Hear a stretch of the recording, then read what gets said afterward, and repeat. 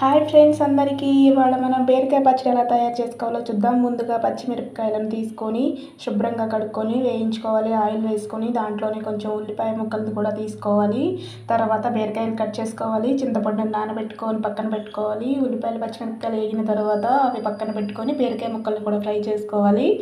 బీరకాయ ముక్కలు ఫ్రై చేసుకున్న తర్వాత రోట్లో నూరుకుంటే చాలా బాగుంటుంది. బట్ మనకు ఒళ్ళు బతుకం కదా, మిక్సీలో నూరుకుంటాం.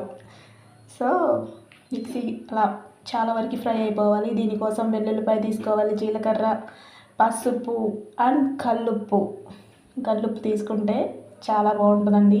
సాల్ట్ ఉప్పు కన్నా కల్లుప్పు టేస్ట్ వస్తుంది. ఇలా అన్నీ మిక్సీలో వేసేసుకోవాలి, బరకగా మిక్సీ పట్టుకోవాలి. తర్వాత బీరకాయ ముక్కలు వేసుకొని మిక్సీ పట్టుకోవాలి. పోపు పెట్టుకుంటే బాగుంటుంది.